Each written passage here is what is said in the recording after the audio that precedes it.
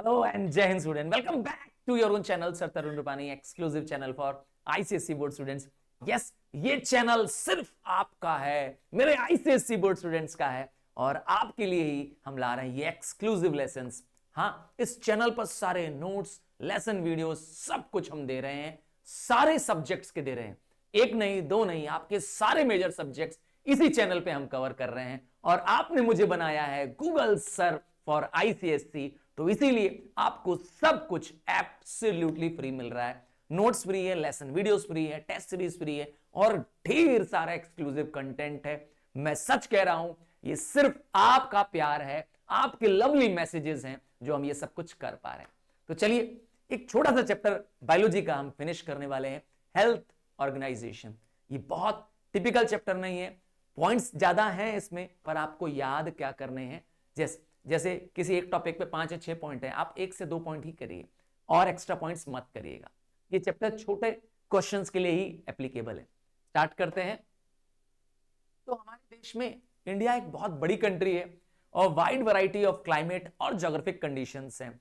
तो कश्मीर भी है, कन्याकुमारी भी है, तो उधर गुजरात भी है, तो उधर मेघालय और नागालैंड भी है। तो एक्सट्रीम्स ऑफ एनवायरमेंट है, एक्सट्रीम ऑफ फिजिकल फीचर्स है हमारे देश में। और 5 टाइप के हैबिटेशंस हैं, 5 तरह के लोगों की कह सकते हैं पॉपुलेशंस हैं अलग अलग इलाकों में। जैसे बिग सिटीज है, अब यहां पे क्या है, बहुत गाड़ियां हैं, बिल्डिंगे पास पास हैं, पानी की समस्या है, इंडस्ट्रीज बहुत ज्यादा है, ये बहुत बड़ी प्रॉब्लम है। दूसरा आता है स्मॉल टाउन्स है, क्राउडेड तो नहीं है और कह सकते हैं स्मॉल टाउन्स है तो इतनी पॉल्यूशन की या अदर प्रॉब्लम्स थोड़ी कम है। बात करते हैं विलेज में, वहां पर तो और बेटर कंडीशन है। कहें वहां कंडीशन बेटर किस सेंस में है कि नेचुरल चीजें ज्यादा उपलब्ध हैं। अब इंडस्ट्रियल प्रोडक्ट कम मिलेगा आपको, बहुत बड़े हॉस्पिटल्स नहीं मिलेंगे, चौड़े रोड नहीं मिलेंगे, पर आपको गांव में जो कह सकते हैं शुद्ध सब्जियां मिलेंगी, शुद्ध खाना मिलेगा, शुद्ध पोल्ट्री प्रोडक्ट्स मिलेंगे, इसका तो फायदा मिलेगा। फिर रिमोट एरियाज, जो बहुत दूर दराज के इलाके हैं, पहाड़ी टाइप के इलाके हैं, जहां पे आदिवासी टाइप के लोग रह रहे हैं, जहां संथाल लोग रह रहे हैं, ट्राइबल्स लोग रह रहे हैं, समझ गए ना। तो इनके लिए भी ज्यादा प्रॉब्लम्स नहीं है, पर थोड़ी सी प्रॉब्लम क्या है इनके पास, प्योर ड्रिंकिंग वाटर की। मैंने कहा नेचर से जुड़ी प्रॉब्लम नहीं है, पर प्योर ड्रिंकिंग वाटर की प्रॉब्लम है, हेल्थ एंड मेडिकल फैसिलिटीज की थोड़ी प्रॉब्लम है। सबसे बड़ा प्रॉब्लम एरिया आ रहा है स्लम, झुग्गी झोपड़ी, क्या कहते हैं, धारावी, ना सुना है ना। एक बहुत बड़ी झुग्गी है, वर्ल्ड के सबसे बड़े स्लम में से एक है। तो स्लम ड्वेलिंग, जहां पे लोग झुग्गी झोपड़े में रहते हैं, अक्सर ये जहां बहुत बड़ी इंडस्ट्रीज होती है उनके आउटस्कर्ट्स में ये जगह होती है। दिल्ली में भी एक इलाका है सीमापुरी, हाँ वहां भी एक स्लम है बहुत बड़ा। बात करते हैं हेल्थ प्रॉब्लम्स की। तो हेल्थ प्रॉब्लम्स अलग अलग हैबिटेशंस की अलग अलग हैं, अकॉर्डिंग टू द नीड के हिसाब से। बात करेंगे 2 बड़े डिविजन्स के हिसाब से, तो फूड और वाटरबॉर्न डिजीज। ये डिजीज खाने की चीजों से और पानी कैसे होती है।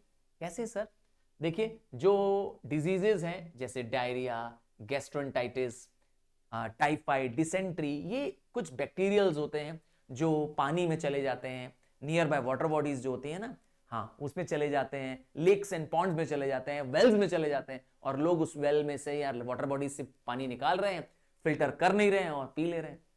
देखिए ना, आप और मैंने अपने घरों में आरओ लगा रखा है कि नहीं लगा रखा है। आपके घर में भी आरओ प्यूरिफायर है।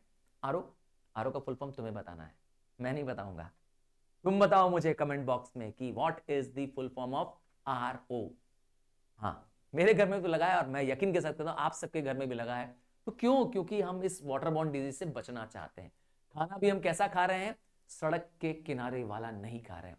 अगर आप खा रहे हैं सड़क के किनारे वाले गोलगप्पे या मोमोज या चाउमीन, तो प्लीज बहुत सावधान हो जाइएगा। और स्कूल में भी जो कैंटीन वाले अंकल दे रहे हैं और जो खाने पीने का सामान दे रहे हैं, थोड़ा सा बच के अलर्ट रहिए, ठीक है, क्योंकि उससे क्या हो रहा है, फूड पॉइजनिंग हो रही है।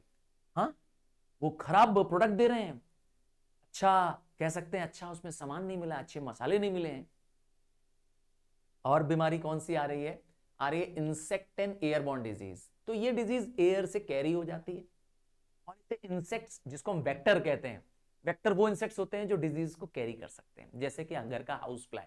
हाँ, घर की जो मक्खी है उसे कई बार कहा गया है पब्लिक एनिमी नंबर 1। नहीं मालूम था आपको? हाँ, पब्लिक एनिमी नंबर 1, क्योंकि वो बहुत सारी बीमारियां कॉज करता है। जो डायरिया, डिसेंट्री ये सब हो रही है वो वही कॉज कर रही है। और दूसरा है मॉस्किटो, अरे वही जो आपका खून चूसता है रात को, बिज़ करता रहता है, उसकी बात कर रहे हैं। तो ये लोग डिजीज पैदा करते हैं। ये लोग क्या करते हैं, फ्लाइज खाने के मटेरियल्स पे और वेस्ट में भी, हाँ गाय का गोबर है तो वहां भी बैठे हैं, काउडंग है, मतलब गंदगी पे भी बैठे हैं और ठहरे हुए पानी में भी बैठे हुए हैं, वहीं अंडे दे रहे हैं और वहीं से क्या कर रहे हैं, डिजीजेस को, जर्म्स को आपके घर तक ले आ रहे हैं और आपकी बॉडी में भी इंजेक्ट कर दे रहे हैं। आप जानते हैं मलेरिया कौन कॉज करता है? Female anopheles mosquito. ये मलेरिया कॉज का, जब आपको बाइट करता है आपके शरीर में मलेरिया हो जाती है। चलिए अब आते हैं दो इंटरनेशनल बॉडीज का एग्जांपल लेते हैं जो वर्ल्ड हेल्थ के लिए बहुत तेजी से काम कर रही हैं और इंडिया में भी इन दोनों का बहुत इंपॉर्टेंट रोल रहा है। आपको पता है हमारे देश से स्मॉल पॉक्स खत्म हो चुका है, हमारे देश में पोलियो मुक्त हो चुका है। हाँ, we have to be proudly say कि भारत पोलियो मुक्त हो चुका है और अब गवर्नमेंट भारत को 2025 तक टीबी मुक्त बनाने वाला है। तो ये सारे बड़े बड़े जो गवर्नमेंट अभियान चला रही है, जिसमें गवर्नमेंट सफल भी हो रही है, क्या अकेले चला रही है? जी नहीं, in world health organisations, international bodies का हमें बहुत सपोर्ट है। पहली बात करते हैं रेड क्रॉस की। इसका सिंबल बड़ा आसान है, लाल रंग का क्रॉस है। पहले डॉक्टर्स सब जगह प्लस लगा देते थे, ये रेड क्रॉस वालों का खुद का एम्बलम है, कोई और यूज नहीं कर सकता है। तो ये एक नेशनल बॉडी भी है और इंटरनेशनल एजेंसी भी है। इसका मेन मकसद क्या है? मेन मकसद है लोगों को मदद करना जो तकलीफ में है, जो भी इंसान अगर दुख दर्द में, परेशानी में है, उसकी मदद करना। और 1864 को इसको बनाया गया था। सिंबल आपने देख लिया है, व्हाइट बैकग्राउंड पे रेड रंग का एक प्लस बना हुआ है। और क्या काम करता है? तो मैंने कहा विक्टिम्स को मदद करता है जहां पे क्लेमिटीज आ जाती है, कहीं बाढ़ आ जाती है, कहीं बड़ी आग लग जाती है, कहीं भूकंप आ जाता है, जहां लाखों लोग मर रहे होते हैं, वहां ये लोग पहुंच जाते हैं मदद करने के लिए। आपको एक खास बात बताऊं, जहां युद्ध भी चल रहा होता है वहां भी रेड क्रॉस के लोग जा सकते हैं। दोनों तरफ से कोई भी रेड क्रॉस वालों को नहीं मारता है। सही कह रहा हूं, दोनों तरफ की सेनाएं कभी भी, क्योंकि वो दोनों तरफ के लोगों की मदद करती है। तो वो ब्लड सप्लाईज करती है, लोगों की मदद करती है, और तो और फर्स्ट एड ट्रीटमेंट देती है जो लोग विक्टिम्स होते हैं, जिनको एक्सीडेंट हो चुका होता है। लोगों को एजुकेट करती है कि कैसे एक्सीडेंट प्रिवेंशन किया जाए। इनके पास अपनी खुद की एम्बुलेंसेज होती हैं जो लोगों को मदद करने के लिए, हॉस्पिटल्स कैरी करने के लिए यूज करते हैं। एंड लास्ट, ये मदर की, जो प्रेग्नेंट मदर्स हैं, खास करके मैटरनल मदर्स मतलब, और दूसरा चाइल्ड वेलफेयर, जो न्यूबॉर्न बेबीज हैं, इनके लिए भी स्पेशल ट्रीटमेंट करती है। नेक्स्ट आ रहा है कोविड के टाइम में, आपने इसका नाम बहुत बार सुना होगा, WHO। जी हाँ, ये वर्ल्ड हेल्थ ऑर्गेनाइजेशन है जिसको यूनाइटेड नेशंस की एजेंसी माना जाता है।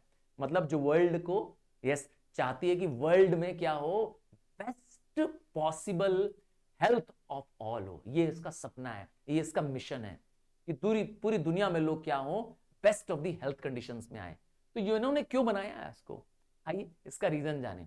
जब यूएनओ ने देखा कि बहुत सारे ऐसे देश हैं जो बहुत डेवलप्ड नहीं है, खास करके अफ्रीकन कंट्रीज और कुछ एशियन कंट्रीज, जहां पर हेल्थ का स्टैंडर्ड बहुत लो है, और इन कंट्रीज के पास इतने पैसे नहीं है, इतनी एक्सपर्टाइज नहीं है, ना इतनी टेक्नोलॉजी है कि वो अपने देशवासियों को मदद कर पाए।